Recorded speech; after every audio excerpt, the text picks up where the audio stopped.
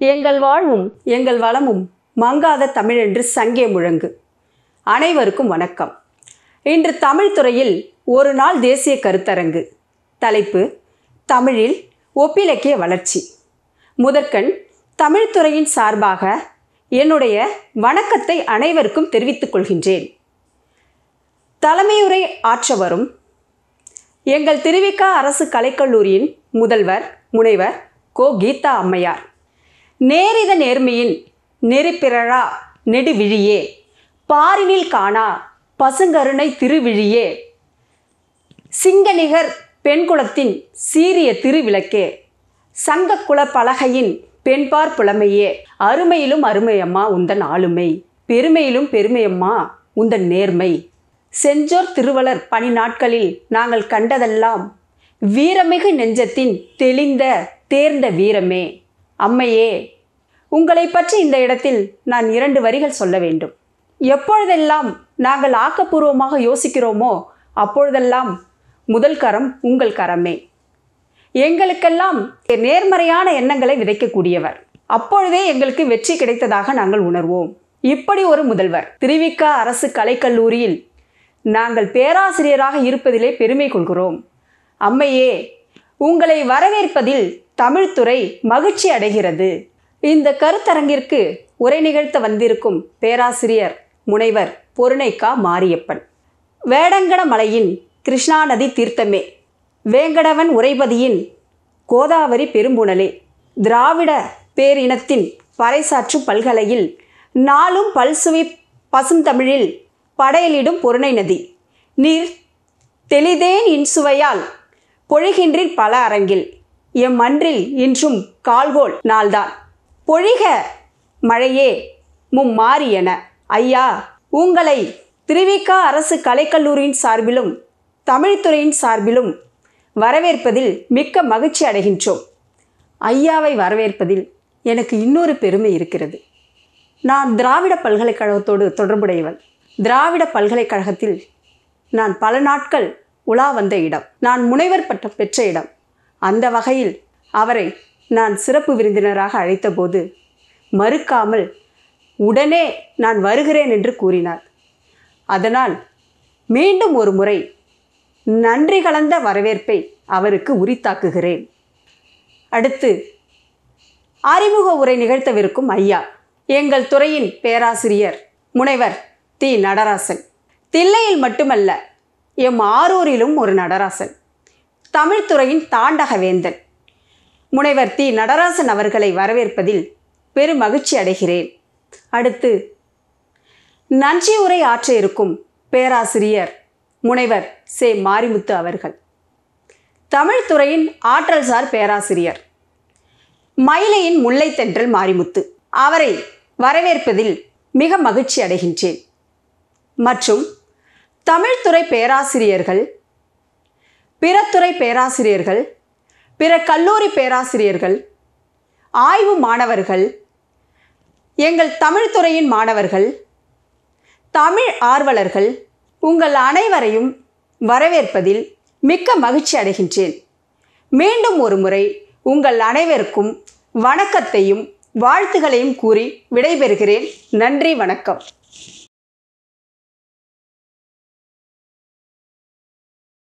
ஏறிய சுளையும் முற்றல் கழையிட ஏறிய சாரும், பனிமலர் ஏறிய தேனும் காற்று பாகிட ஏறிய சுவையும், நனி பசுபொழியும் பாலும் தென்னை நல்கிய குளிருள நீரும், இனியன என்பேன் எனினும் தமிழை என்னுயிர் என்பேன் கண்டீர்.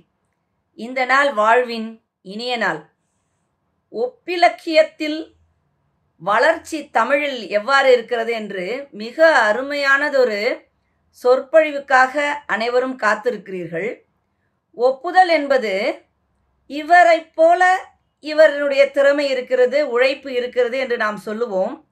ஆனால் நான் என் வாழ்க்கையிலே சந்தித்த பேராசிரியர் பெருமக்களிலே இவரைப் போல இன்னொருவர் இருக்கிறார் என்று சுட்டிக்காட்ட முடியாத அளவிற்கு இவருடைய திறமைக்கும் இவருடைய கடின உழைப்புக்கும் இணை இவர் மட்டுமே என்று கூறக்கூடிய அளவிற்கு சிறப்பு மிக்க, ஆற்றல் மிக்க, தமிழறிவு மிக்க, உழைப்பு மிக்க தமிழ்துறை தலைவர் அஜிதா அவர்களே, அவருக்கு உறுதுணையாக விளங்குகின்ற தமிழ்துறை பேராசிரியர் பெருமக்களே, திருவிக அரசு கலைக்கல்லூரி 15க்கும் மேற்பட்ட வினாவிடை நிகழ்ச்சிகளை நடத்தியிருக்கிறது. 2 வெபினார்களை முடித்திருக்கிறது. 3வதாக முதல்வர் என்ற முறையிலே தலைமையுரை ஆற்றுவதில் பெரும் மகிழ்ச்சி அடைகிறேன். சிலருக்கு விருதுகளால் பெருமை, ஆனால் நமது சிறப்பு விருந்தினர் அவர்களுக்கோ இவருக்கு விருது வழங்குவதால் விருதுக்கே பெருமை. இளைஞர், மிகச்சிறந்த பேச்சாளர், நல்லதொரு மனிதர். அவருடைய அந்த நெட் யூஜிசி நெட்ஸ்லெட் தேர்வுகளுக்கான யூடியூபினை நான் பார்க்கும் பொழுது ஒரு நிமிட நேரம் வியந்து நின்றேன். பணம் பணம் என்று பணத்தின் பிள்ளை அலைந்து கொண்டிருக்கிற இந்த காலகட்டத்திலே மாணவர்களை முன்னேற்ற வேண்டும், அவர்களை நல்வழிப்படுத்த வேண்டும் என்று இது போன்றதொரு பேராசிரியர்கள் இந்த காலத்திலும் வாழ்கின்ற காலத்தினால்தான் இங்கு மும்மாறி மழை பெய்கிறதோ என்று எண்ண தோணுகிறது. அவ்வளவு சிறப்புமிக்க அந்த வரவேற்புரை ஆற்றும் பொழுது அவரை பற்றி மிக அருமையாக கூறினார்கள். அவரை பற்றி ஒரே வரியில் கூற வேண்டுமானால் மிகச்சிறந்த மனிதர், மனிதர் என்றுதான் கூற வேண்டும். அவருடைய உரையினை, அதாவது இந்த கோவிட்-19 இந்த வைரஸானது பல தீங்குகளையும் பல்வேறு விதமான குழப்பங்களையும் ஏற்படுத்தி இருந்தாலும் சில நல்லவற்றை செய்திருக்கிறது. அதில் ஒன்றுதான் இதுபோல இணைய வழியில் நாம் தொடர்பு கொள்கின்ற ஒரு நேரம். அதற்கு ஆந்திர பிரதேசத்திலே திராவிட பல்கலைக்கழகத்திலே பணிபுரிந்து கொண்டிருக்கிற பேராசிரியர், மதிப்பிற்கும் மரியாதைக்கும் உரிய பொருணை மாரியப்பன் அவர்கள் உரையாற்ற நம்மொழுது வந்திருக்கிறார் என்று நினைக்கும் பொழுது நமது மனது மகிழ்ச்சியில் ஆழ்கிறது. அது மட்டுமல்லாமல் திருவிக அரசு கலைக்கல்லூரியின் சார்பாக நமது நன்றியினையும் பாராட்டுதல்களையும் அவருக்கு தெரிவித்துக் கொள்கிறோம். இந்த நிகழ்ச்சியில் முதலில் ஒரு குரூப் ஃபார்ம் செய்தார்கள், 209 பேர் முடிந்தார்கள். அடுத்ததாக 2வது வாட்ஸ்அப் குரூப் ஃபார்ம் ஆகியது. அடுத்ததாக 3வது வாட்ஸ்அப் குரூப் ஃபார்ம் ஆகியது. இதை பார்க்கும் பொழுது இந்த பேராசிரியர் பெருமக்களுக்கும் இந்த மாணவ மாணவியருக்கும் இந்த நிகழ்ச்சிகளை, நல்ல சொற்பொழிவுகளை கேட்பதில் இருக்கிற ஆர்வம் விளங்குகிறது. அதுபோல பொருணை மாரியப்பன் அவர்களுடைய பேச்சை கேட்பதற்காக நீங்கள் ஆவலோடு காத்திருக்கிறீர்கள். திருவிக அரசு கலைக்கல்லூரி மாணவர்கள், பேராசிரியர்கள், முதல்வர் சார்பில் உங்களுக்கு எங்களது மனமார்ந்த நன்றியையும் பாராட்டுகளையும் தெரிவித்துக் கொள்கிறோம். திருவிக அரசு கலைக்கல்லூரியுடைய முன்னேற்றத்திற்கும் மாணவ மாணவியருடைய முன்னேற்றத்திற்கும் தமிழ்துறை என்றுமே உறுதுணையாக இருக்கிறது. திருவிக அரசு கலைக்கல்லூரியில் முதல் குவிஸ் காம்படிஷனை தமிழ்துறை தான் செய்தது. அதுபோல யூடியூபில் இன்று இந்த நிகழ்ச்சியை நடத்தி கொண்டிருக்கிறது. அவர்களுக்கு நமது பாராட்டுதல்களையும் மனமார்ந்த வாழ்த்துக்களையும் தெரிவித்துக் கொண்டு, இனி மிக அருமையானதொரு சொற்பொழிவு காத்திருக்கிறது. அவர்களை வருக வருக நமது திருவிக அரசு கலைக்கல்லூரியின் சார்பாக நமது பாராட்டுதல்களையும் நன்றியினையும் தெரிவித்துக் கொள்கிறோம். நூற்றுக்கணக்கான பேராசிரியர் பெருமக்களும் மாணவர்களும் இந்த நிகழ்ச்சியை கலந்து கொள்வதில் மனம் மிகுந்த பெருமிதத்தையும் சந்தோஷத்தையும் கொள்கிறது. அனைவரையும் பாராட்டி நன்றி கூறி விடைபெறுகிறேன். நன்றி, வணக்கம்.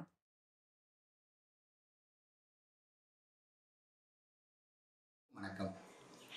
இந்நிகழ்ச்சியில் தலைமையேற்றுள்ள எம் கல்லூரி முதல்வர் முனைவர் கோ கீதா அவர்களே, இந்நிகழ்ச்சியின் ஒருங்கிணைப்பாளர் தமிழ்துறையின் தலைவர் முனைவர் சே அஜிதா அவர்களே, இருபால் பேராசிரியர் பெருமக்களே, சிறப்பு விருந்தினர் அவர்களே, அறிஞர்களே, மாணவர்களே, ஆர்வலர்களே, உங்கள் அனைவருக்கும் வணக்கம். இன்றைய சிறப்பு விருந்தினர் முனைவர் பொருணை மாரியப்பன் அவர்கள். இவர் குப்பம் திராவிட பல்கலைக்கழகத்தில் தமிழ் மொழி மற்றும் மொழிபெயர்ப்புத்துறை உதவி பேராசிரியராக பணியாற்றி வருகிறார். 20 ஆண்டுகள் பணி அனுபவம் மிக்கவர். இவர் பன்மொழி வித்தகர். தமிழ், தெலுங்கு, கன்னடம், ஆங்கிலம் ஆகியவற்றில் புலமை மிக்கவர். இவருக்கு ஈரோடு வெள்ளாளர் கல்லூரி பன்மொழிச் செம்மல் விருது வழங்கி சிறப்பித்துள்ளது. தமிழ்நாடு அரசு 2018ஆம் ஆண்டு இளம் தமிழ் ஆய்வறிஞர் விருது வழங்கி சிறப்பித்துள்ளது.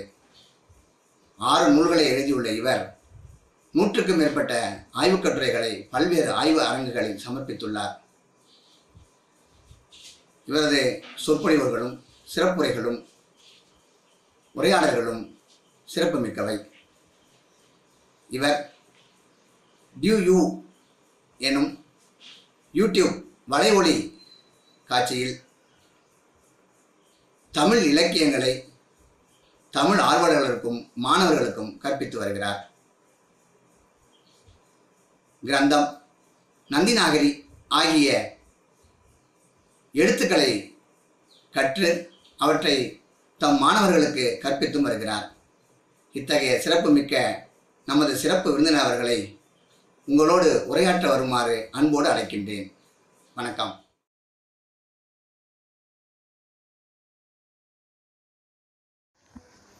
அனைவருக்கும் என்னுடைய பணிவான வணக்கத்தினை தெரிவித்துக் கொள்கிறேன். நான் உங்கள் புரணை மாரியப்பன் பேசுகிறேன். திருவிக அரசு கல்லூரியினுடைய தமிழ்துறை சார்பாக இந்த கருத்தரங்கினை நடத்துகிறார்கள். அந்த திருவிக கல்லூரியினுடைய திருவாரூர் பகுதியை சார்ந்த அந்த கல்லூரியினுடைய முதல்வர் அவர்களே, தமிழ்துறையினுடைய தலைவர் பேராசிரியை சகோதரி அஜிதா அவர்களே, தமிழ்துறையை சார்ந்த பேராசிரிய பெருமக்களே, இந்த யூடியூப் வாயிலாக இந்த நிகழ்ச்சிகளை கண்டுகொண்டு இருக்கின்ற தமிழ் ஆர்வலர்களே, ஆய்வு மாணவர்களே, தமிழ் பேராசிரிய பெருமக்களே, உங்கள் அனைவருக்கும் என்னுடைய பணிவான வணக்கத்தினை தெரிவித்துக் கொள்கின்றேன். ஒரு 4 நாட்களுக்கு முன்பு அருமை சகோதரி அஜிதா அவர்கள் தொடர்பு கொண்டு, ஐயா நீங்கள் கண்டிப்பாக எங்கள் கல்லூரிக்கு ஒரு இணையம் வழியாக பேச வேண்டும் என்று கேட்ட பொழுது எந்த விதமான மறுப்பும் என்னால் சொல்ல முடியவில்லை. என்ன காரணம் என்று சொன்னால், அஜிதா அவர்கள் எங்கள் திராவிட பல்கலைக்கழகத்தினுடைய ஆய்வு மாணவி, முனைவர் பட்ட மாணவி. ஆகவே அந்த நட்பின் காரணமாக சரி நிச்சயம் செய்து தருகிறேன் அம்மா என்று சொல்லிவிட்டேன். இந்த ஒரு வாய்ப்பினை தந்த அவர்களுக்கு எனது நன்றியை 2வது முறையாக மறுபடியும் தெரிவித்துக் கொள்கிறேன். தமிழ் என்று சொன்னால் இனிமையானது மட்டுமல்ல, இப்பொழுது பலம் பொருந்தியதாக எல்லா துறைகளிலும் இயங்கக்கூடிய ஒன்றாக நம்முடைய மொழி மாறியிருக்கிறது என்றால் அது உண்மையிலேயே மகிழ்ச்சிக்கு உரியது. எத்தனையோ கோட்பாடுகள், எத்தனையோ தனித்துறைகள், எத்தனையோ சம்பிரதாயங்கள் எல்லாம் இருந்தாலும் கூட எல்லாமே ஒத்துப்போகக்கூடிய அளவிலே இருக்கக்கூடிய செம்மாந்த மொழி நம்முடைய தமிழ் மொழி என்பதை நாம் மறுக்கக்கூடாது.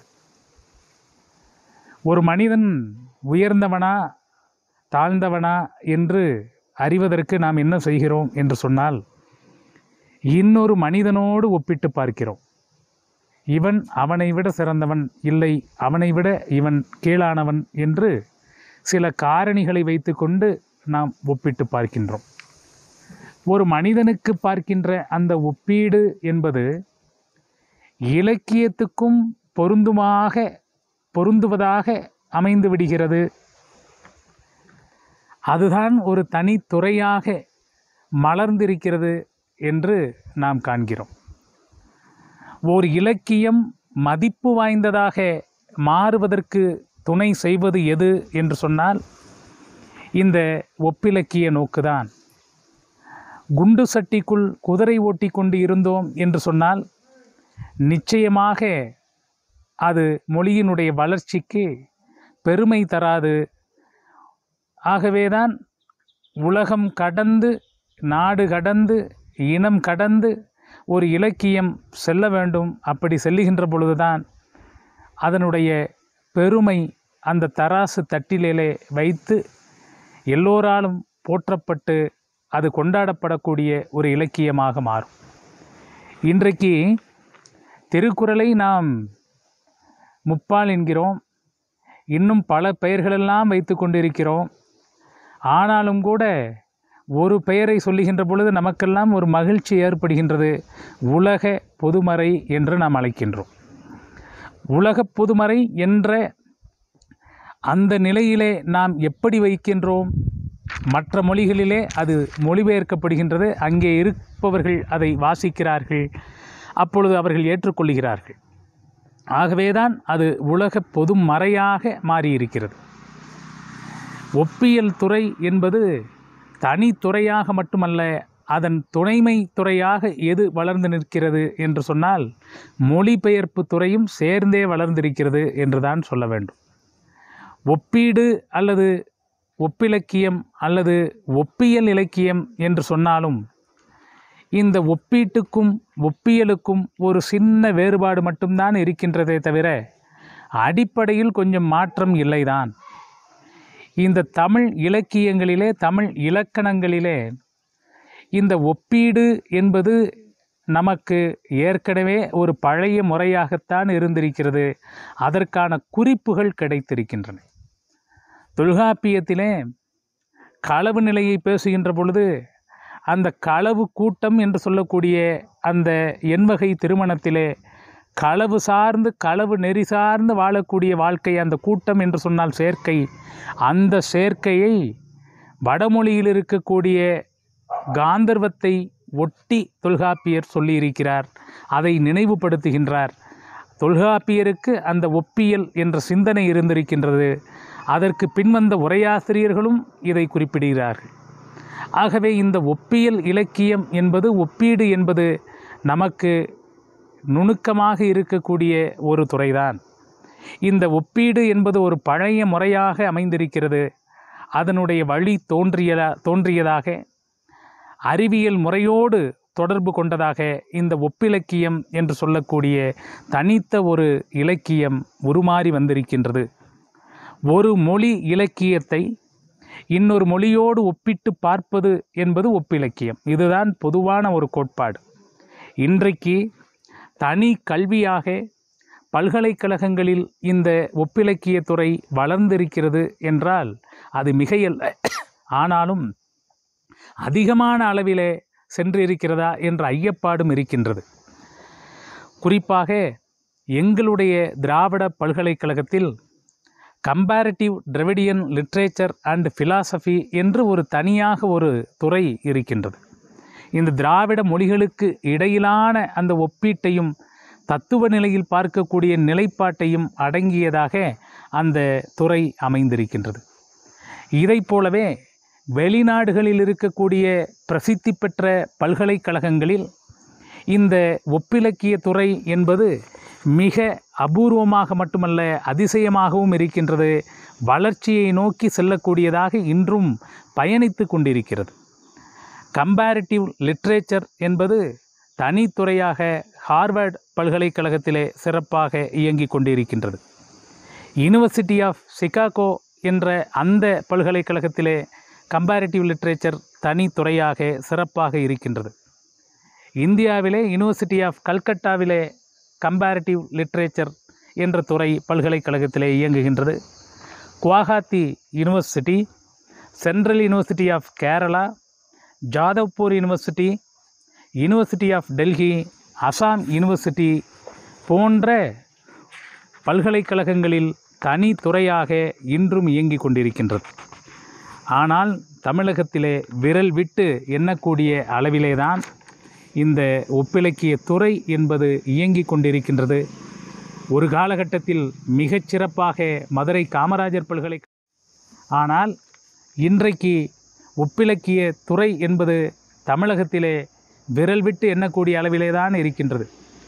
முன்பு மிகச்சிறப்பாக மதுரை காமராஜர் பல்கலைக்கழகத்திலே இருந்தது, இன்று இருக்கின்றது, அவ்வளவுதான். ஆனால் மிகச்சிறப்பாக தமிழண்ணல் போன்றவர்களெல்லாம் அந்த துறையை தலையில் எடுத்து தூக்கி வைத்து கொண்டாடினார்கள். கதிர் மகாதேவன் போன்றவர்கள், மா திருமலை போன்றவர்கள் எல்லாம்.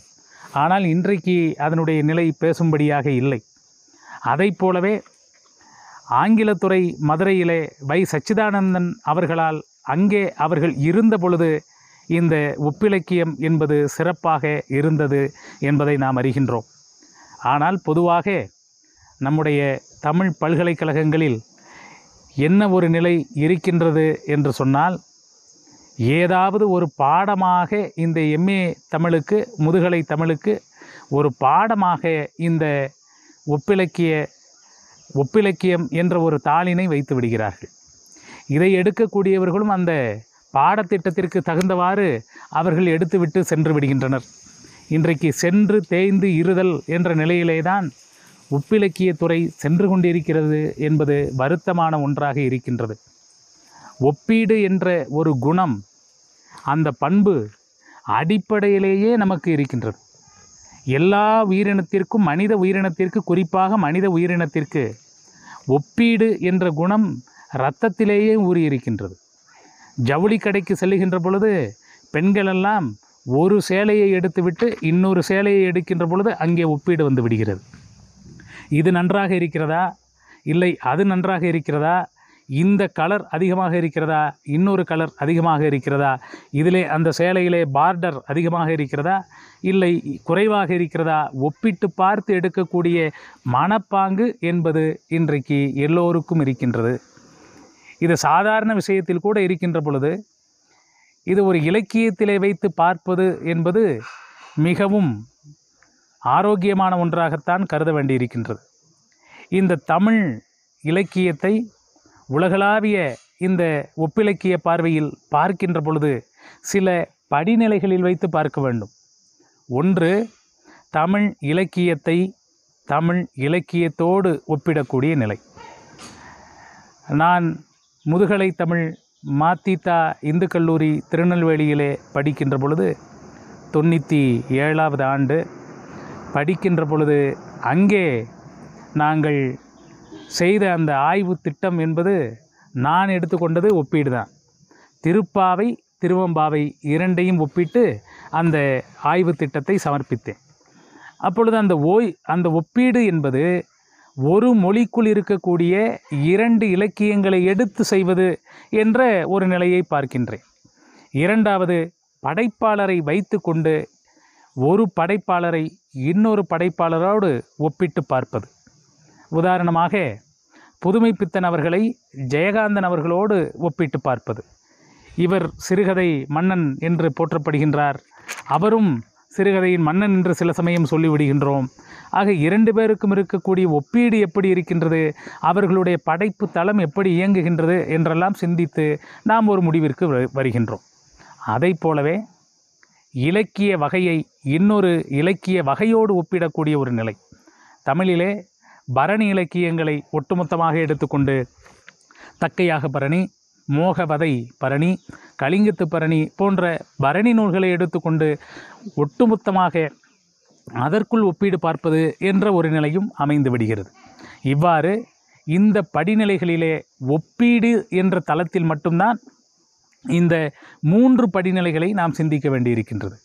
ஆனால் இதை தாண்டி அடுத்து வருகின்ற இந்த ஒப்பிலக்கியம் என்ற ஒரு சொல்லாட்சி, இந்த கலைச்சொல் எதை குறிக்கிறது என்று சொன்னால், இங்கே இருக்கக்கூடிய இலக்கியங்களை அது குறிப்பதில்லை. ஒரு மொழி இலக்கியத்தை இன்னொரு மொழி இலக்கியத்தோடு ஒப்பிடுவதுதான் ஒப்பிலக்கியம் என்ற ஒரு விரிவான தளத்திற்கு அது சென்று விடுகின்றது. இதுதான் ஒப்பிலக்கியத்திற்கு அடிப்படையாக இருப்பது. ஒரு மொழி இலக்கியத்துடன் வேறு மொழி இலக்கியத்தை ஒப்பிட்டு காணுதல், அதை சிறப்பாக நம்முடைய தமிழ் ஆய்வாளர்கள் செய்திருக்கிறார்கள் என்றால் அது உண்மையிலேயே பாராட்டத்தக்கது.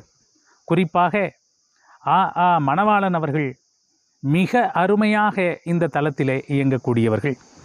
தொல்காப்பியமும் அரிஸ்டாட்டிலின் கவிதை இயலும் என்ற அற்புதமான ஒரு ஒப்பீட்டு கட்டுரையை அவர் தந்திருக்கிறார்.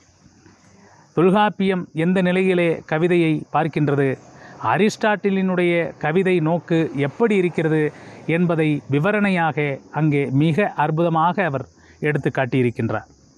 அதைப்போல ஒரு மொழி ஆசிரியருடன் மற்றொரு மொழியினுடைய ஆசிரியரை ஒப்பிட்டு பார்த்தல், தமிழிலே இருக்கக்கூடிய மகாபாரதத்தை எழுதிய வில்லிபுத்தூர் ஆழ்வாரை தெலுங்கிலே இருக்கக்கூடிய நன்னையப்பட்டர் எழுதிய அந்த மகாபாரதத்தோடு ஒப்பிட்டு பார்ப்பது, அந்த நன்னையப்பட்டரையும் வில்லிபுத்தூர் ஆழ்வாரையும் வைத்து கொண்டு பார்ப்பது என்ற ஒரு நிலை அங்கே நாம் பார்க்கிறோம். இவ்வாறு நமக்கு பரிச்சயமான 2 மொழி குடும்பங்களை எடுத்துக்கொண்டு நாம் பார்ப்பது என்பது அவசியமாகிறது.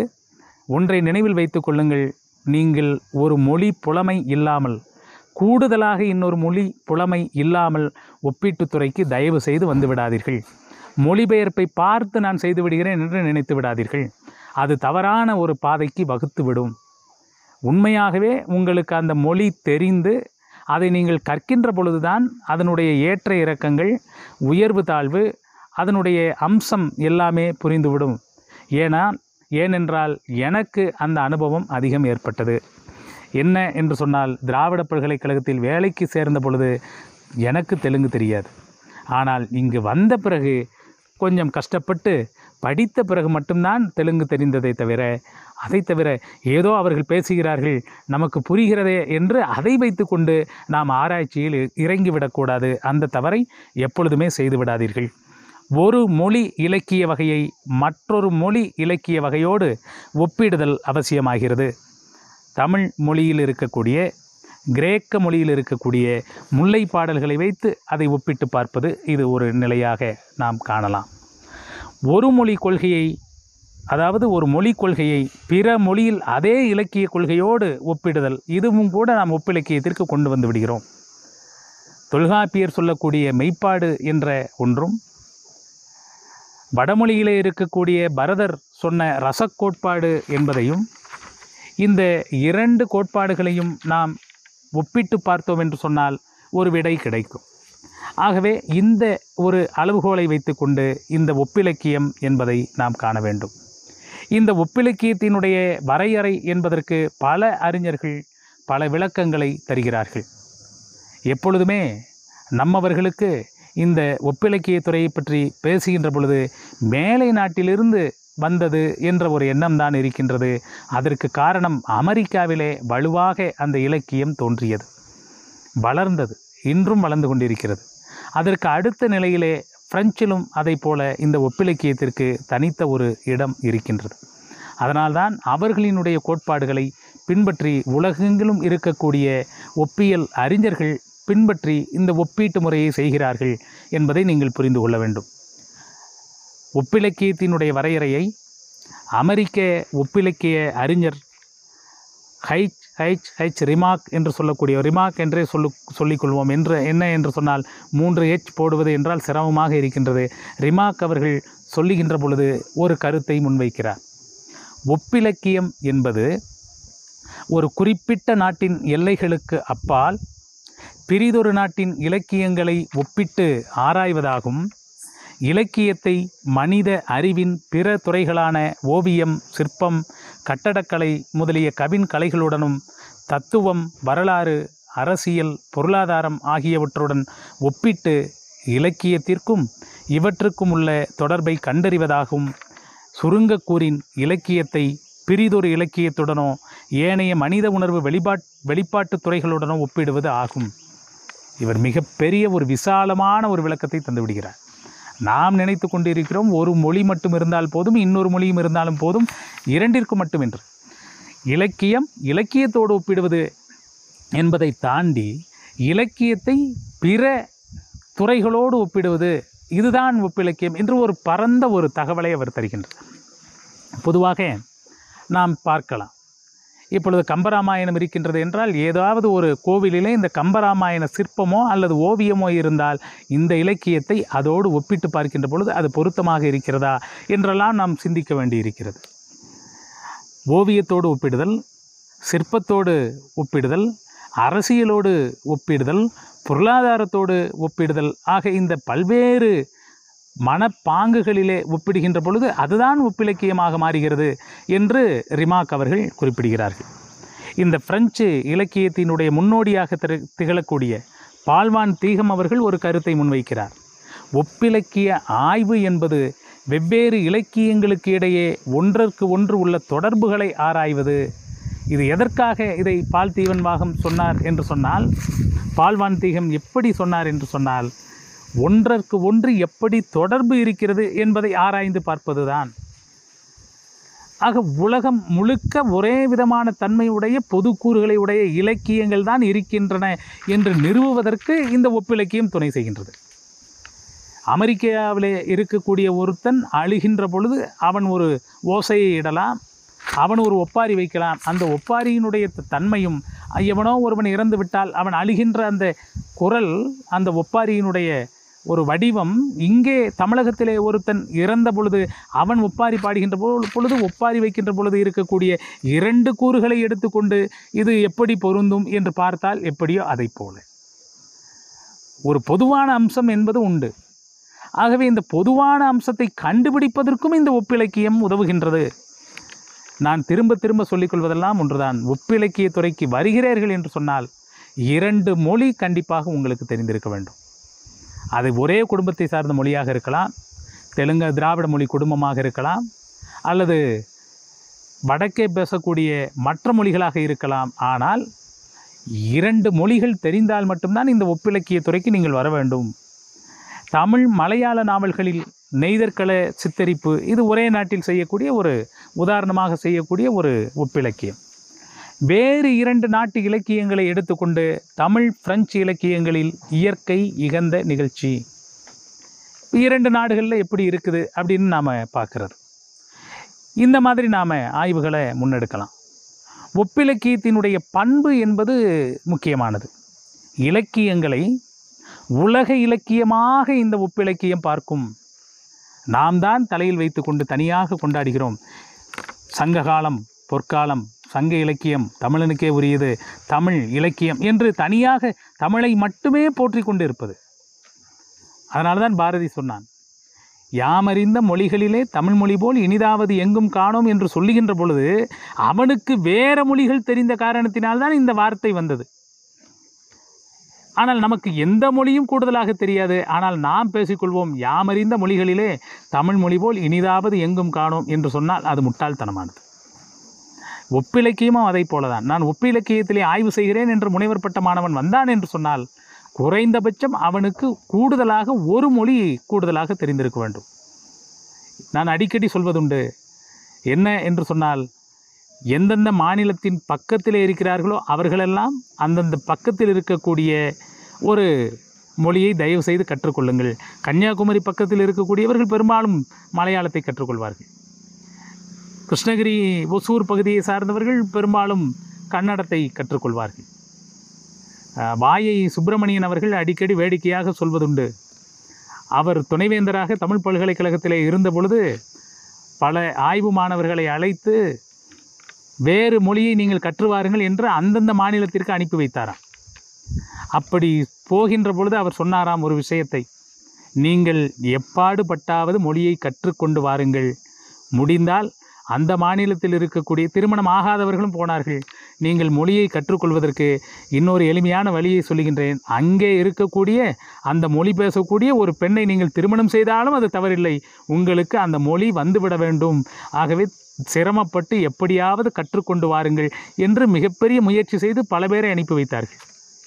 ஒவ்வொருவரும் ஒவ்வொரு மாநிலத்திற்கு அனுப்பி வைத்து இந்த மொழிக்கு, இந்த தமிழ் மொழிக்கு அந்த இலக்கியத்தை, அந்த பகுதியினுடைய அந்த மொழியினுடைய இலக்கியத்தை இங்கே இறக்குமதி செய்ய வேண்டும், ஒரு மொழிபெயர்ப்பு செய்ய வேண்டும் என்ற கொள்கையிலே அவர் செய்தார்கள். ஆனால் முழுமையான வெற்றி அடையவில்லை என்பதுதான் மிகுந்த வருத்தமாக இருக்கிறது. அந்த பள்ளியிலிருந்து உருவாகியவர்கள் நிறைய பேர் இன்றும் நம்முடைய இருக்கிறார்கள்.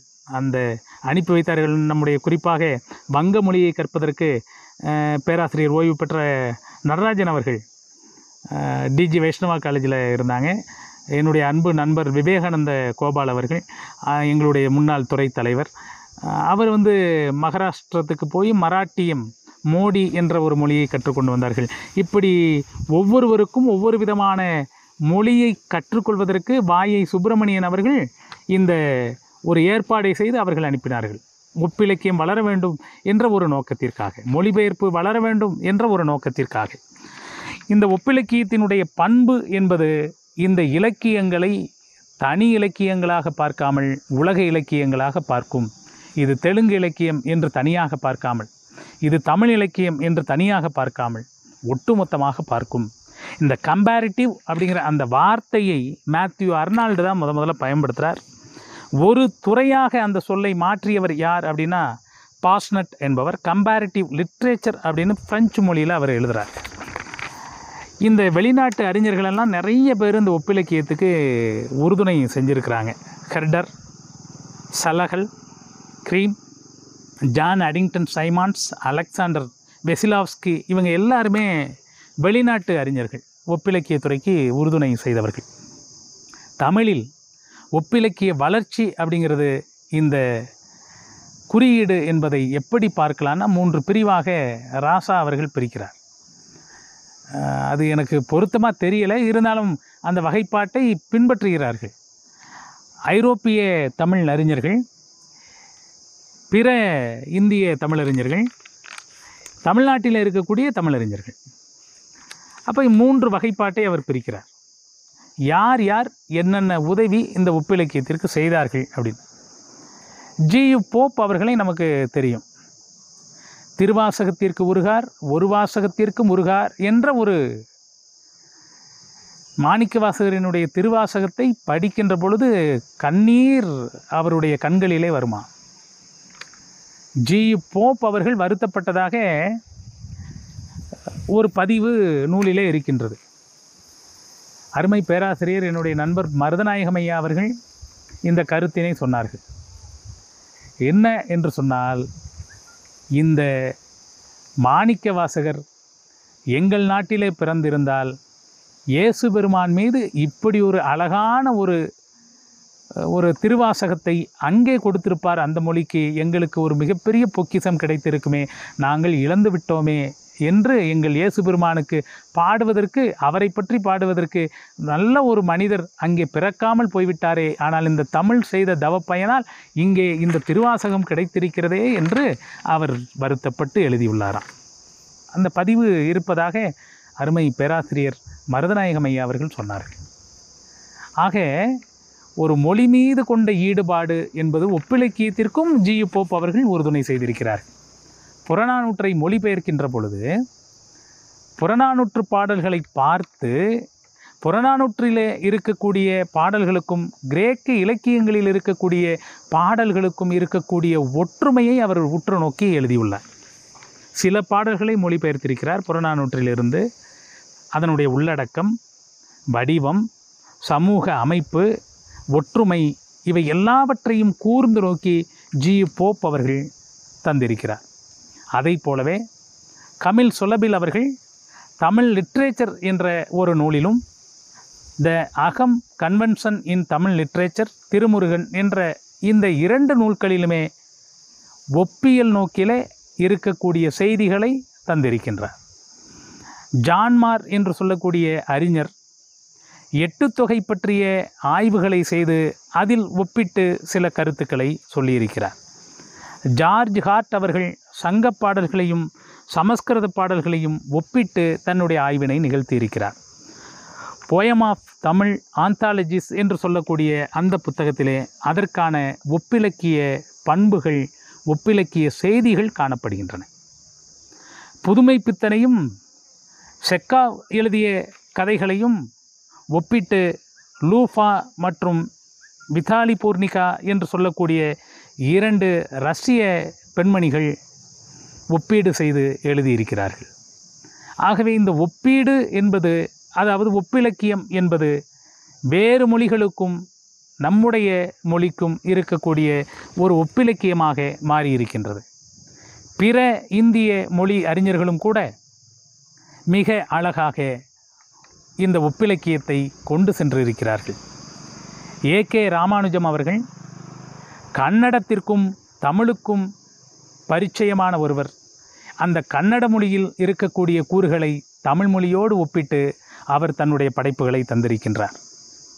Poems of love and war என்று சொல்லக்கூடிய அந்த நூலிலே, என்.கே. சித்தாந்தாவின் ஹீரோயிக் ஏஜ் ஆஃப் இந்தியா என்ற அந்த நூலிலே அந்த ஒப்பியல் கருத்துக்கள் எல்லாம் நிரம்பி காணப்படுகின்றன. தமிழ் புறப்பாடல்களையும் பண்டைய கிரேக்க சமஸ்கிருத பாடல்களோடு ஒப்பிட்டு அவர் ஆராய்ந்திருக்கிறார். RVS சுந்தரம் அவர்கள், நம்மிடையே இப்பொழுது வாழ்ந்து கொண்டிருக்கக்கூடிய RVS சுந்தரம் அவர்கள், சித்தலிங்கையா போன்றவர்களெல்லாம் இந்த ஒப்பீட்டுத் துறைக்கு தன்னால் முடிந்த பங்களிப்புகளை செய்து கொண்டிருக்கிறார்கள். அதை போலவே எங்களுடைய தமிழ் துறையிலும் என்னுடைய அருமை நண்பர் பேராசிரியர் பத்மநாபன் அவர்கள், பேராசிரியர் விஷ்ணுகுமரன் அவர்கள் போன்றவர்களெல்லாம், விஷ்ணுகுமரன் அவர்கள் ஜெர்மனியிலிருந்து தமிழுக்கும் தமிழிலிருந்து ஜெர்மானியத்திற்கும் மொழிபெயர்ப்பும் செய்கின்றார், ஒப்பீட்டு கட்டுரைகளும் எழுதுகின்றார். அதை போலவே மலையாளத்திற்கும் தமிழுக்கும் அவர் மொழிபெயர்ப்பினை செய்து கொண்டிருக்கிறார். ஆகவே மொழிபெயர்ப்பு செய்கின்ற பொழுதே நமக்கு அந்த ஒப்பிலக்கியம் என்ற கூறு கிடைத்துவிடும். ஆகவே 2 மொழி புலமைகள் கண்டிப்பாக இருக்க வேண்டும். நாங்கள் உண்மையிலேயே பெருமைக்காக சொல்லவில்லை. எங்களுடைய திராவிட பல்கலைக்கழகத்தினுடைய அமைப்பு என்பது கர்நாடகா, தமிழ்நாடு, ஆந்திரா 3ம் இணையக்கூடிய இடத்தில் இருக்கின்ற காரணத்தினால் இந்த மொழிகளை எளிமையாக கற்றுக்கொள்வதற்கு ஒரு வாய்ப்பு கிடைத்து விடுகின்றது. இதனை தயவு செய்து மாணவர்கள் புரிந்து கொள்ள வேண்டும். இங்கே படிக்க வரக்கூடிய மாணவர்கள் கூடுதலாக ஒரு மொழியை கற்றுக்கொள்கிறார்கள். அவர்களுக்கு தானாகவே ஒப்பிலக்கியத்தின் மீது ஒரு ஈடுபாடு வந்து விடுகிறது. என்னுடைய ஆய்வு மாணவி உங்களுடைய இந்த புலனத்தில் கூட இந்த காணொளி காட்சியை காணுகின்ற அந்த நபர்களில் என்னுடைய மாணவியும் ஒருவர் இருக்கிறார். செந்தாமரை என்று சொல்லக்கூடிய என்னுடைய முனைவர் பட்ட முழுநேர ஆய்வு மாணவி எங்கள் பல்கலைக்கழகத்திலே MA படித்தவர், PhDயும் எங்ககிட்டயே பண்ணுறவங்க. அப்போ என்னுடைய மாணவி, அவளுக்கு ஒரு தமிழ் தெரியும், தெலுங்கு தாய்மொழி, கன்னடம் தனியாக CIL மைசூர் சென்று கன்னடம் தனியாக கற்றுக்கொண்டு கன்னடத்திலிருந்து தமிழுக்கும் தமிழிலிருந்து கன்னடத்திற்கும் மொழிபெயர்ப்பும் செய்கின்றார், ஒப்பீடும் செய்கின்றார். ஆகவே இந்த வாய்ப்புகள் அமைந்து விடுகிறது.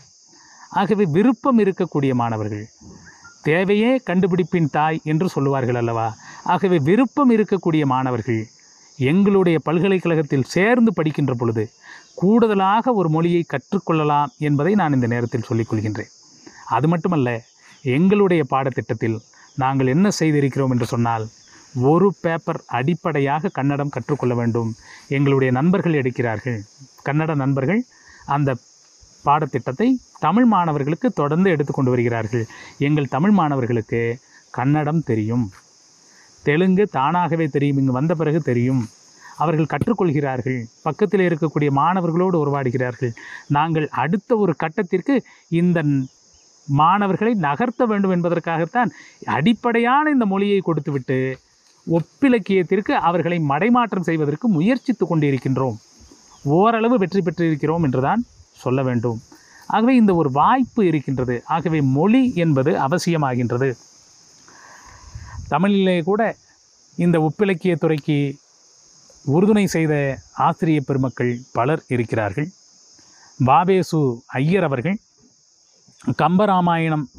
கம்பராமாயணா எ ஸ்டடி என்று சொல்லக்கூடிய அந்த புத்தகத்தை அவர் எழுதினார். இந்த வால்மீகி ராமாயணத்திற்கும் கம்பராமாயணத்துக்கும் இடையில் இருக்கக்கூடிய ஒப்பீடு மட்டுமல்லாமல் ஹோமரது இலியட், மில்டனுடைய சொர்க்க நீக்கம் என்ற இந்த 2 நூல்களையும் வைத்துக்கொண்டு ஒப்பிட்டு பார்த்து வாவேசு ஐயர் அவர்கள் இந்த ஒப்பிலக்கியத்திற்கு தமிழிலிருந்து அவர் தொடங்கி வைக்கிறார், தமிழ் அறிஞராக இருந்து. அதை போலவே பேராசிரியர் VR ராமச்சந்திர தீட்சிதர் அவர்கள் வார் இன் ஆன்சியன் தமிழ் என்று சொல்லக்கூடிய அந்த ஒரு புத்தகத்திலே தமிழ் பண்டைய போர் முறைகளையும் இராமாயணம் மகாபாரதம் போன்ற இதிகாசங்களில் இருக்கக்கூடிய போர் முறைகளையும் ஒப்பிட்டு அங்கே ஒப்பிலக்கிய கூறுகள் எவ்வாறு அமைந்திருக்கின்றன என்று அவர் அங்கே தந்திருக்கின்றார். எல்லாவற்றிற்கும் மேலாக தமிழ் என்று சொன்னாலே ஏதோ தமிழ்நாட்டுக்கு மட்டும் உரியது என்று நினைத்து விடாதீர்கள். இலங்கையில் இருக்கக்கூடிய தமிழ் பெருமக்களெல்லாம் இந்த தமிழை தலையில் தூக்கி வைத்து கொண்டாடுபவர்களாக இருக்கின்றார்கள். குறிப்பாக தனிநாயகம் அடிகளார் சங்க இலக்கியங்களை கிரேக்க இலக்கியங்களோடு லத்தீன் இலக்கியங்களோடு ஜெர்மானிய இலக்கியங்களோடு ஒப்பிட்டு அவர் மிக அற்புதமாக நேச்சர் பொயட்ரி இன் தமிழ் என்று ஒரு நூலினை தந்திருக்கிறார். அது ஒரு ஆய்வு பெட்டகம். ஒப்பிலக்கியத்துக்கு இருக்கக்கூடிய முக்கியமான ஒரு நூல். வாய்ப்பு கிடைப்பவர்கள் தயவு செய்து அதை வாங்கி படித்து பாருங்கள். மிக சிறிய அளவில் இருக்கக்கூடிய புத்தகம். கலாநிதி கைலாசபதி அவர்கள் தமிழ் வீரயுக பாடல்கள் என்ற ஒரு அற்புதமான ஒரு நூலினை தந்திருக்கிறார்கள். தமிழ் ஹீரோயிக் பொயட்ரி என்று சொல்லக்கூடிய அந்த நூல் கிரேக்க ரோமானிய வீரநிலை கால பாடல்களை தமிழ் வீரயுக பாடலோடு ஒப்பிட்டு அவர் தந்திருக்கின்றார். ஆகவே இந்த அறிவு என்பது ஒன்று ஆங்கிலம் கற்றுக்கொண்டு தமிழ் மூலமாக ஒப்பிலக்கியம் ஒப்பீட்டு பார்வை பார்ப்பது. ஆனால் அது 90% பலனாக இருக்குமே தவிர மூல நூலை படிப்பது போல அமைந்து விடாது. இன்னொரு மூல மொழியை படிப்பது போல அது அமைந்து விடாது. இருப்பினும் கூட இவர்களெல்லாம் முயற்சித்திருக்கிறார்கள். தேப்போமி அவர்கள் சப்தமே இல்லாமல் ஒரு புரட்சியை செய்தவர். தமிழ் மொழிக்கும் சமஸ்கிருதத்துக்குமான ஒரு தொடர்பினை எப்பொழுதுமே விளக்கி கொண்டிருப்பார். ஒப்பிட்டு பார்த்து கொண்டே இருப்பார். நாம் தான் என்ன செய்கின்றோம்? தமிழ் என்று சொன்னால் தமிழ் மட்டும்தான் என்னுடைய உயிர், தமிழ் வாழ்க, வாழ்க தமிழ், வெல்க தமிழ் என்று அரசியல் செய்து கொண்டு இருக்கிறோமே தவிர இன்னொரு மொழியை படிக்க வேண்டும் என்ற எண்ணம் தமிழர்களுக்கு இல்லை. தவறு இல்லை, இன்னொரு மொழியை தயவு செய்து படிக்க வேண்டும். அப்பொழுது தான் நம்முடைய பெருமை நமக்கு தெரியும். சமஸ்கிருதத்தை படித்து கொண்டு தமிழிலே எந்த அளவிற்கு உயர்வாக இருக்கின்றது, சமஸ்கிருதத்திலே இந்த கூறுகளெல்லாம் தமிழினுடைய கூறுகள் இல்லை என்று நாம் நிரூபிப்பதற்கு இதெல்லாம் வாய்ப்பாக அமையும். ஏதோ நாம் நிறை குறைகளை சொல்வதற்காக மட்டுமல்ல, நம்மிடம் இருப்பதை நாம் அடுத்தவர்களுக்கு சொல்ல வேண்டும். அதை விட்டுவிட்டு ஒரு தனியான ஒரு பிடிவாதத்தோடு இருப்பது என்பது தமிழ் சமூகத்திற்கு அது ஆரோக்கியமான நிலை அல்ல. மதுரை காமராஜர் பல்கலைக்கழகத்திலே ஆங்கிலத்துறையில் இருந்த மிகப்பெரிய ஜாம்பவான் வை சச்சிதானந்தன் அவர்கள். வை சச்சிதானந்தன் அவர்கள் யாருடைய மாணவர் என்று சொன்னால் H.H. ரிமார்க் அவர்களினுடைய நேரடி மாணவர். ஆகவே இந்த ஒப்பிலக்கியத்திலே கரை கண்டவராக இருக்கக்கூடிய வை சச்சிதானந்தன் அவர்கள் அங்கே பணிபுரிந்த காலகட்டத்திலே அந்த எம்ஃபில் ஆய்வேடுகளும் முனைவர் பட்ட ஆய்வேடுகளும் பெரும்பாலும் ஒப்பிலக்கியம் சார்ந்த ஆய்வேடுகளாக வெளிவந்தது. குறிப்பாக என்னுடைய நண்பர் பெரியவர் சு செல்லப்பா IAS அவர்கள் ஒரு செய்தியை என்னிடம் பகிர்ந்து கொண்டார்கள். அவர்கள் 1974 அங்கே ஆங்கிலத்துறையிலே பேராசிரியராக இருந்தவர் மதிப்பிற்குரிய சு செல்லப்பா அவர்கள் கவிஞரும் கூட, மாவட்ட ஆட்சித்தலைவராகவும் இருந்தவர். இன்று வழக்கறிஞராகவும் இருக்கக்கூடியவர். ஹைதராபாத்திலே நம்முடைய தமிழகத்தை சார்ந்தவர். அவர் ஒன்று சொன்னார் என்னிடம், வை சச்சிதானந்தன் அவர்களை பார்ப்பதற்கு செல்ல வேண்டும் என்று சொன்னால் அப்பாயின்மெண்ட் வாங்கிவிட்டு செல்ல வேண்டுமா? ஒரு பல்கலைக்கழகத்தினுடைய பேராசிரியரை பார்க்க வேண்டும் என்று சொன்னால் அந்த அளவிற்கு ஒரு நேரத்தை வீண் செய்யாத பொறுப்பான ஒரு மனிதராக இருந்து இந்த ஒப்பிலக்கியத்தை கட்டி காத்தவர் என்ற செய்தியும் நாம் தெரிந்து கொள்ள முடிகிறது. அப்படிப்பட்ட அந்த வை சச்சிதானந்தன் அவர்கள் மூவா அவர்களையும் சாமர்செட் மாம் கதைகளையும் ஒப்பாய்வு செய்திருக்கிறார்கள். இருவரினுடைய கதையை வைத்துக்கொண்டு அந்த பல்கலைக்கழகத்திலே பாரதிதாசனையும் ராபர்ட்ஸ் பர்னஸ் கவிதைகளையும் ஒப்பாய்வு செய்திருக்கிறார்கள். பாரதி விட்மன் கவிதைகளை ஒப்பியல் நோக்கிலே பார்த்திருக்கிறார்கள். ஷேக்ஸ்பியரையும் இளங்கோவையும் துன்பியல் நோக்கிலே பார்த்திருக்கிறார்கள். ஆக இந்த பெருமக்கள் எல்லாம் இந்த ஒப்பிலக்கிய துறைக்கு துணை செய்தவர்கள். அதை போலவே பேராசிரியர் கா செல்லப்பன் அவர்கள் தமிழுக்கும் வங்காள மொழிக்குமான, தமிழுக்கும் பிற வெளிநாட்டு மொழிகளுக்குமான ஒரு தொடர்பினை அவர் ஏற்படுத்தி அங்கே ஒப்பியல் வளர்வதற்கு உறுதுணை செய்தார்கள். அருமை பெரியவர், பேராசிரியர், நண்பர் பேராசிரியர் மருதநாயகம் ஐயா அவர்கள் தமிழிலும் ஆங்கிலத்திலும் அமெரிக்க ஆங்கிலத்திலும் தனியாக பட்டம் பெற்றவர். அவர் என்ன செய்கிறார்? இங்கே இருக்கக்கூடிய தமிழ் இலக்கியங்களை ஆங்கிலம் வழியாக அங்கே இருக்கக்கூடிய இலக்கியங்களோடு ஒப்பிட்டு பல கட்டுரைகளை தந்து கொண்டிருக்கிறார். இந்த வயதான ஒரு ஓய்வு என்றே இல்லாமல் நான் மிகுந்த ஆச்சரியப்படக்கூடிய மனிதர் யார் என்று சொன்னால் அன்புக்கினிய மரியாதைக்குரிய பேராசிரியர் மருதநாயகம் ஐயா அவர்கள். தொடர்ந்து எழுதி கொண்டே இருப்பார். நான் என்றாவது அவரை சந்திக்கக்கூடிய வாய்ப்பு ஏற்படும். அப்பொழுது அவர் வந்து அந்த மாரியப்பன் எப்படி இருக்கிறீங்க அப்படின்னு கேட்டு அவர் கையில் ஏதாவது ஒரு புத்தகம், அவர் எழுதிய புத்தகம் கண்டிப்பாக வைத்திருப்பார். என்கிட்ட ஒரு புத்தகம் கொடுத்துருவார், மாரியப்பன் நீங்கள் இதை வச்சுக்கோங்க படிங்க அப்படின்னு சொல்லி. அந்த பெருமகனார் எப்பொழுதுமே அந்த ஒப்பிலக்கியம் சார்ந்த பேச்சுகள் தான் அவருடைய பேச்சுகளிலே இருந்து கொண்டே இருக்கும்.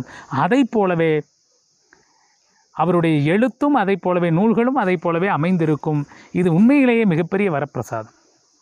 நாமெல்லாம் நினைத்து கொண்டிருக்கிறோம் ஓய்வு பெற்ற பிறகு ஓய்வாக இருப்பது என்று. இல்லை இல்லை, மருதாயகம் ஐயா போன்றவர்களையெல்லாம் பார்த்து நாம் கற்றுக்கொள்ள வேண்டும். அதை போலவே தமிழண்ணல் அவர்களும் கதிர் மகாதேவன் அவர்களும் இந்த மதுரை காமராஜர் பல்கலைக்கழகத்திலே ஒப்பிலக்கியம் என்ற ஒரு துறை வருவதற்கு காரணமாக இருந்தார்கள்.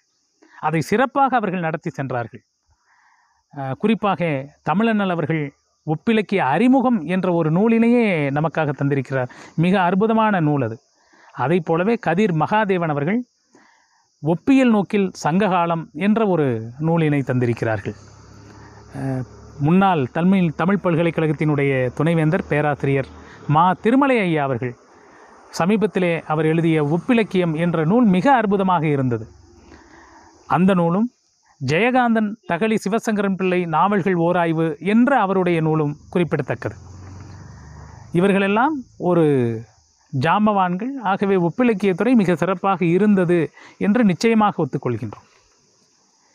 என்னுடைய மாணவி கர்நாடகா ஓரமாக ஓசூர் கர்நாடகா அந்த பகுதியில் இருக்கக்கூடிய பணிபுரியக்கூடிய, தமிழ்நாட்டில் பணிபுரியக்கூடிய, ஆனால் கர்நாடகாவில் வசிக்கக்கூடிய தொடக்கப்பள்ளியிலே ஆசிரியராக இருக்கக்கூடிய என்னுடைய ஆய்வு மாணவி சரளா அம்மையார் அவர்கள் என்னுடைய நெறி ஆள்கைக்கு கீழ் நாயன்மார்களையும் சரணர்களையும் ஒப்பிட்டு முனைவர் பட்டம் செய்திருக்கிறார்கள். அவர்களுக்கு கன்னடம் மிக அதிகமாக தெரியும், எழுத்தும் தெரியும், இலக்கியமும் தெரியும், மொழியும் தெரியும். ஆகவே அந்த ஒரு தலைப்பிலே அவர்கள் ஆய்வு செய்து பட்டமும் வாங்கிவிட்டார்கள். மிகுந்த ஆர்வத்தோடு வருவார்கள். அந்த நாயன்மார்களினுடைய பெரிய புராணத்தை மையமாக வைத்துக்கொண்டு கர்நாடகாவில் இருக்கக்கூடிய வீர சைவம் லிங்காயத் என்று சொல்லக்கூடிய அந்த லிங்காயத் பிரிவிலே இருந்து இருக்கக்கூடிய பசவண்ணர் போன்றவர்களை தொடர்ந்து அந்த மரபிலே வரக்கூடிய சரணர்களை எடுத்து இங்கே இருக்கக்கூடிய நாயன்மார்களுக்கும் அங்கே இருக்கக்கூடிய அந்த சரணர்களுக்கும் ஒப்பிட்டு ஒரு ஆய்வை நிகழ்த்தி முனைவர் பட்டம் முடித்திருக்கிறார்கள். இதெல்லாம் ஏன் சொல்லுகின்றேன் என்று சொன்னால், ஒப்பிலக்கியம் எப்படியெல்லாம் எங்கே வளர்ந்து கொண்டிருக்கிறது என்று நீங்கள் தெரிந்து கொள்ள வேண்டும் என்பதற்காகத்தான். டாக்டர் எஸ் ராதாகிருஷ்ணன் அவர்கள் கம்பனும் மில்டனும் என்ற ஒரு அற்புதமான ஒரு நூலினை தந்திருக்கிறார்கள். சிதம்பர ரகுநாதன் அவர்கள் கங்கையும் காவிரியும், பாரதியும் செல்லியும் என்ற நூலினை தந்திருக்கிறார்கள். சங்க இலக்கியமும் காதா சப்தசதியும், இந்த இரண்டையும் ஒப்பிட்டு, சங்க இலக்கியம் நமக்கு தெரியும், காதா சப்தசதி என்பது பிராகிருத மொழியில் உள்ள ஒரு இலக்கியம். அந்த இரண்டையும் ஒப்பிட்டு பேராசிரியர் மணவாளன் அவர்கள் தந்திருக்கிறார்கள். மணவாளன் ஐயா அவர்கள் ஒப்பிலக்கியத்துறைக்கு மிக அளப்பரிய தொண்டு செய்திருக்கிறார்கள். மிக சிறந்த ஆய்வாளர்.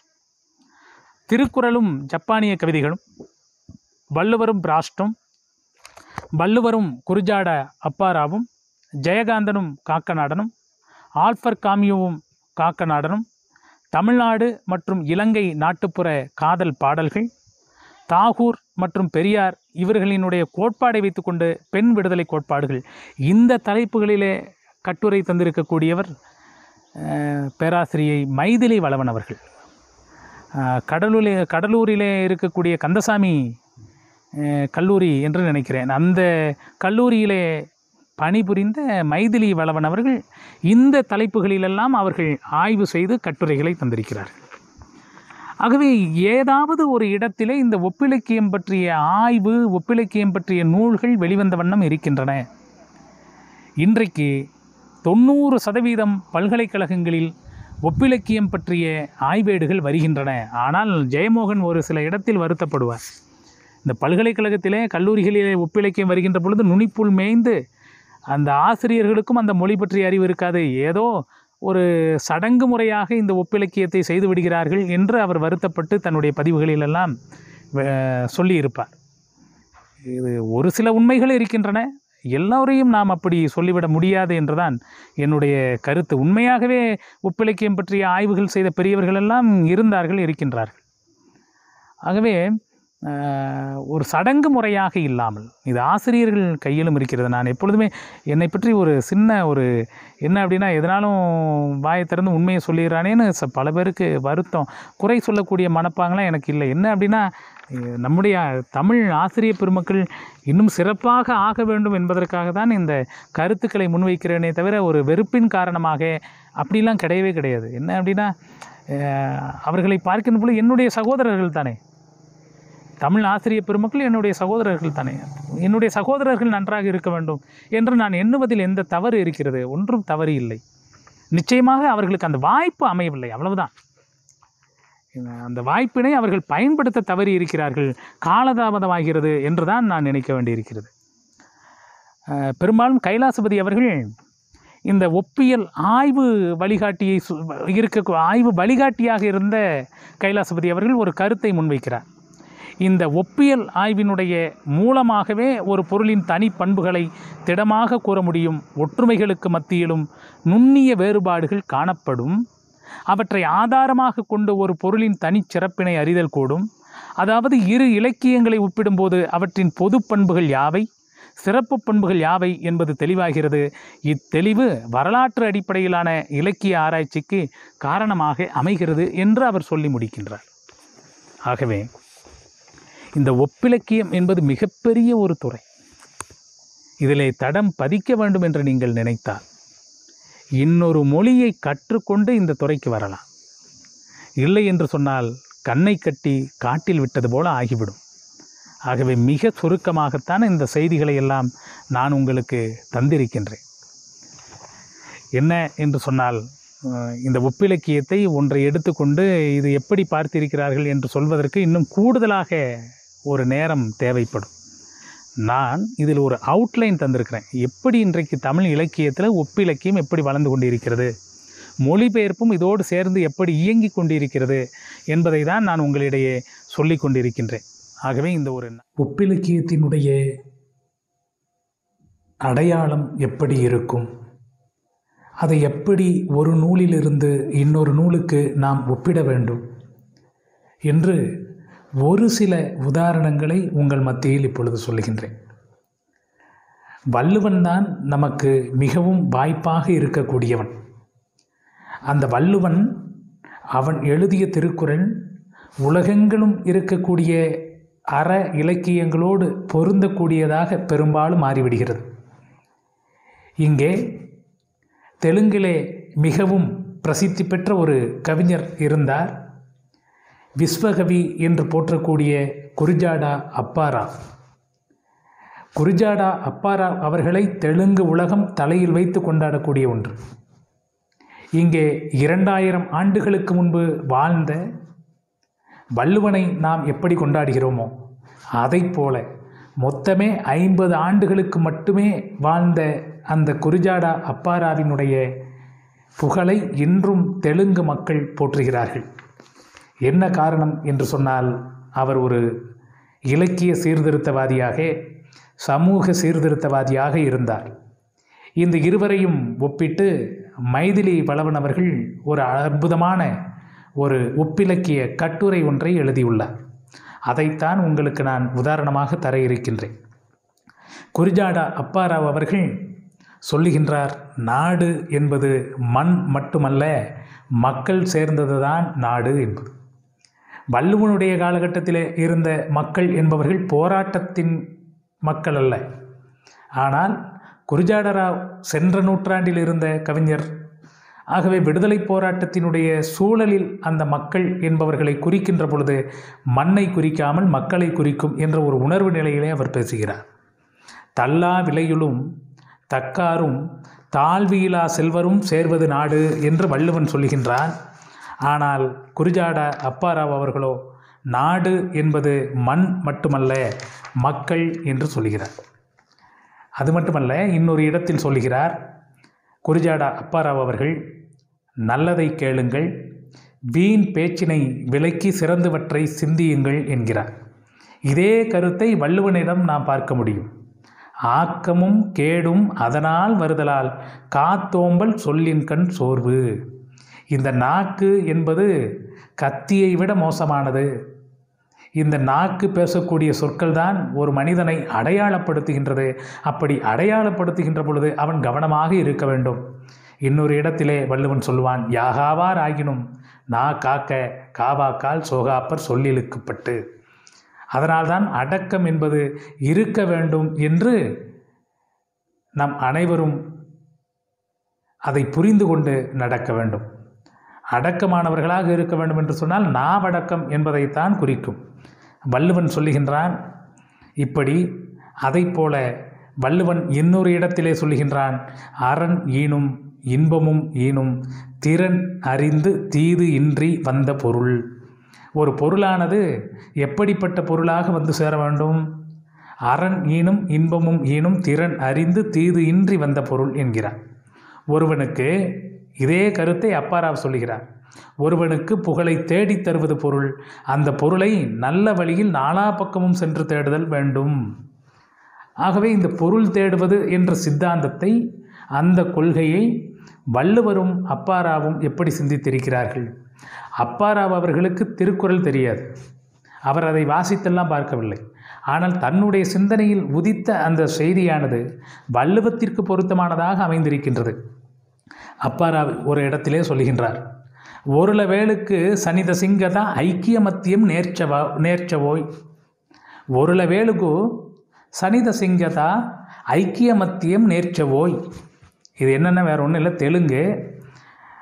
தெலுங்கில் அவர் சொல்கிறார், ஒற்றுமை இருந்தால் சாதிக்கலாம். ஐக்கிய மத்திய அப்படின்னா ஒற்றுமை இருந்தால் சாதிக்கலாம் அப்படின்னு சொல்கிறார். வள்ளுவரும் இதே மாதிரி சொல்லியிருக்கிறார், ஒற்றுமையாக இருக்க வேண்டும் அப்படிங்கிற மாதிரி. அதே மாதிரி பிற இலக்கியங்களையும் அந்த மாதிரி சொல்லி கொண்டு செல்வதை நாம் பார்க்க முடியும். அப்போ இந்த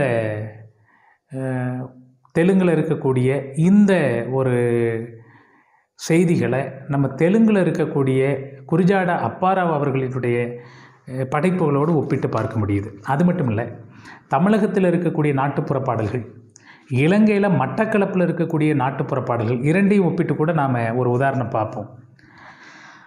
தமிழில் வரக்கூடிய நாட்டுப்புற பாடல்கள் சு சண்முகசுந்தரம் அவர்கள் தொகுத்து கொடுத்த அந்த நாட்டுப்புற பாடல்களை உதாரணமாக எடுத்துக்கலாம். ஆளான நாள் முதலாக அச்சாரம் போட்டு வச்சேன், ஏலா நீ எனக்கு சொந்தம் என் தங்க ரத்தினமே, நீ எப்போதும் பக்கம் வேணும் பொண்ணு ரத்தினமே. ஏன்னா இதை பாட்டாக தான் பாடணும், ஆனால் நான் இப்போ பாட்டாலாம் பாடலை. ஆளான நாள் முதலாக அச்சாரம் போட்டு வச்சேன், ஏலா நீ எனக்கு சொந்தம் என் தங்க ரத்தினமே, நீ எப்போதும் பக்கம் வேணும் பொண்ணு ரத்தினமே. மட்டக்களப்பு இலங்கையில் இருக்கக்கூடிய இடம், அங்கே இருக்கக்கூடிய தமிழ் நாட்டுப்புற பாடல் எப்படி இருக்குது அப்படின்னா, புல்லை பிடுங்கி வச்சேன், புறவளவை தூத்து வச்சேன், அன்ன பசுங்கிளியின் அடி அழகை பார்ப்பதற்கு. அப்போ ரெண்டுமே கிட்டத்தட்ட ஒரு பொருத்தமாக. ஆனால் தமிழ் நாட்டு பாடல்களை விட அந்த இலங்கையில் இருக்கக்கூடிய நாட்டு பாடல்களினுடைய வீச்சு அதிகமாக இருக்கும். அண்டாவை கொதிக்க வச்சு அளந்து ஊத்து பதனி தன்னை அடுப்பை நீ எரிக்கும்போது என் தங்க ரத்தினமே, எனக்கு ஆசையும் தான் எரியுதடி என் பொண்ணு ரத்தினமே. அந்த பொண்ணு பதநீர் வெல்லம் காய்ச்சுகிறாளாம். காய்ச்சுகின்ற பொழுது அந்த அழகை அந்த தலைவன் காதலன் காண்கிறான். அண்டாவை கொதிக்க வச்சு அளந்து ஊத்து பதனி தன்னை அடுப்பை நீ எரிக்கும்போது என் தங்க ரத்தினமே, எனக்கு ஆசையும் தான் எரியுதடி என் பொண்ணு ரத்தினமே. இதே கொள்கையில், இதே கான்செப்டில் இலங்கையில் இருக்கக்கூடிய நாட்டுப்புற பாடல், தமிழ் பாடல் எப்படி இருக்குது அப்படின்னு வித்யானந்தன் சொல்கிறார். நடையழகி நளின சித்திர வாயழகி இடையழகி கதிஜா ஒரு இன்ப முத்தம் தாக்கிளியே. நடையழகி நளின சித்திர வாயழகி இடையழகி கதிஜா ஒரு இன்ப முத்தம் தாக்கிளியே. இப்போ நம்முடைய அகமரபு என்ன? சுட்டி ஒருவர் பெயர் கூட பெறார். ஆனால் இங்கே நாட்டுப்புற பாடலில் அதெல்லாம் கண்டுக்க மாட்டாங்க. என்ன அப்படின்னா, ஏன்னா மாமன் மச்சான் மாதிரி விளையாடுற மாதிரி ஒரு கொழுந்தியா மச்சான் மாதிரி பேச்சில் அந்த வார்த்தைகள்லாம் வந்துடும், பேர்லாம் வந்துடும். தங்கத்தகடே என்ற தகதகத்த பொன்தகடே, வெள்ளித்தகடே உன்னை விலைமதிக்க கூடுதில்லை. தங்கத்தகடே என்ற தகதகத்த பொன்தகடே, வெள்ளித்தகடே உன்னை விலைமதிக்க கூடுதில்லை.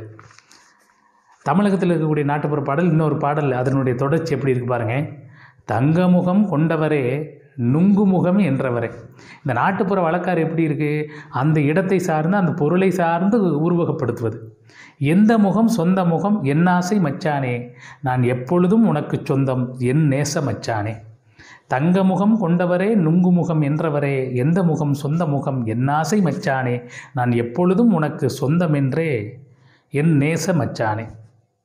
இது தமிழ் மரபில் பாடக்கூடிய ஒரு நாட்டுப்புற பாடல். இதே பாடல் மட்டக்களப்பு பகுதியில் வரும்போது எவ்வளவு ஆழமாக இருக்குது அப்படின்னு பாருங்கள். ஏன்னா அங்கே போராட்டக்களம், அந்த இலங்கை என்பது வாழ்க்கையினுடைய போராட்டம். அப்போ அந்த வார்த்தைகள் ஒரு தடிமனாக வந்துவிடும். அன்ன நடையே அலங்கார பெண்மையிலே உன்னாலே என் தேகம் உருக்குலைந்து போகுதடி, என்ன நினைச்சு மச்சான் ஏன் கவலை கொள்ளுகிறாய், உன்னானை என் சடலம் உனக்கே உரியதுகா.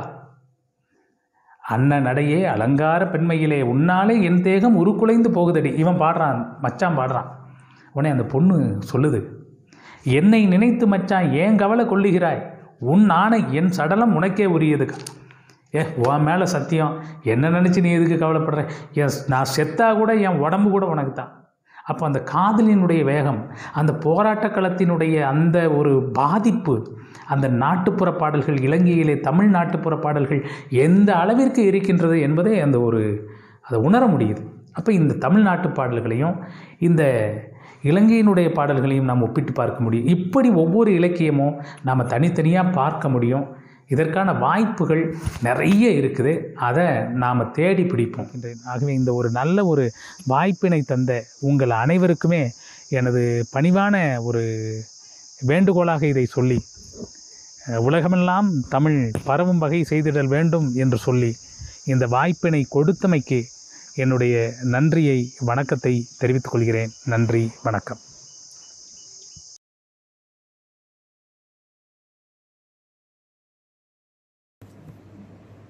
அனைவருக்கும் வணக்கம். பிறந்து சிறந்த மொழிகளுக்கு மத்தியில் சிறந்தே பிறந்த என் தாய்மொழியாம் தமிழை வணங்குவதில் பெருமகிழ்ச்சி அடைகின்றேன். நன்றி மறப்பது நன்றன்று, நன்றல்லது அன்றே மறப்பது நன்று என்ற வள்ளுவனின் வாய்மொழிக்கு ஏற்ப இந்த தேசிய கருத்தரங்கம் இனிதாய் நடைபெற அரியதோர் வாய்ப்பினை நல்கிய எம் கல்லூரி முதல்வர் முனைவர் கோ கீதா அம்மா அவர்களுக்கு நாவினிக்க நல்லதோர் நன்றியை தெரிவித்துக் கொள்கின்றேன். இந்த தேசிய கருத்தரங்கத்திற்கு வரவேற்புரை நல்கிய கருத்தரங்க ஒருங்கிணைப்பாளர் தமிழ்துறையின் தலைவர் முனைவர் சே அஜிதா அவர்களுக்கு உலங்கணிந்த நன்றியை மகிழ்வோடு தெரிவித்துக் கொள்கின்றேன். தமிழில் ஒப்பிலக்கிய வளர்ச்சி குறித்து கருத்துரைகள் வழங்கிய ஆந்திர மாநிலம் திராவிட பல்கலைக்கழகத்தின் தமிழ் மற்றும் மொழிபெயர்ப்பியல் துறை உதவி பேராசிரியர் கருணை உளம் படைத்த எங்கள் பொருணை க மாரியப்பன் ஐயா அவர்களுக்கு உலங்கணிந்த நன்றியை தெரிவித்துக் கொள்கின்றேன். அறிமுக உரை நிகழ்த்திய எம் தமிழ்துறை உதவி பேராசிரியர் முனைவர் தி நடராசன் ஐயா அவர்களுக்கு நன்றியை தெரிவித்துக் கொள்கின்றேன்.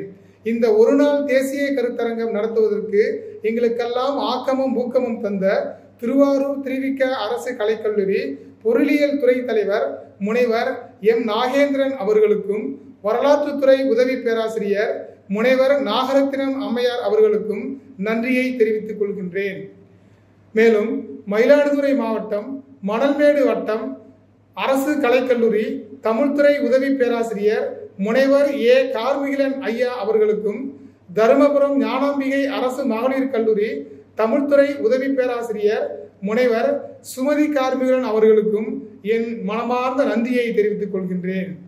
தகவல் தொழில்நுட்ப உதவி மற்றும் ஆலோசனைகள் வழங்கிய தருமபுரம் ஆதீனம் கலைக்கல்லூரி வரலாற்றுத்துறை உதவி பேராசிரியர் நண்பர் கு விவேக், திருவாரூர் திருவிக அரசு கலைக்கல்லூரி பொருளியல் துறை உதவி பேராசிரியர் பாலா, தமிழ்துறை உதவி பேராசிரியை செல்வி எஸ் அபிலா மற்றும் தம்பி கே அபராஜித் ஆகியோருக்கு என் நெஞ்சார்ந்த நன்றியை தெரிவித்துக் கொள்கின்றேன். இந்த ஒரு நாள் தேசிய கருத்தரங்கம் நடத்துவதற்கு முன்னோடியாக இருந்த திருவாரூர் அம்பேத்கர் பெரியார் மாஸ் படிப்பு வட்டத்தின் ஒருங்கிணைப்பாளர் ஏ லூர்துசாமி அவர்களுக்கு என்றென்றும் எங்களுடைய நன்றி நிலைத்திருக்கும். மேலும் எம் தமிழ்துறை இருபால் பேராசிரியர்கள், பிற துறை பேராசிரியர்கள், இக்கருத்தரங்கத்தில் கலந்து கொண்ட தமிழ் ஆர்வலர்கள் மற்றும் மாணவர்கள் அனைவருக்கும் நெஞ்சார்ந்த நன்றியினை என் கரம் கூப்பி தெரிவித்துக் கொள்கிறேன். நன்றி, வணக்கம்.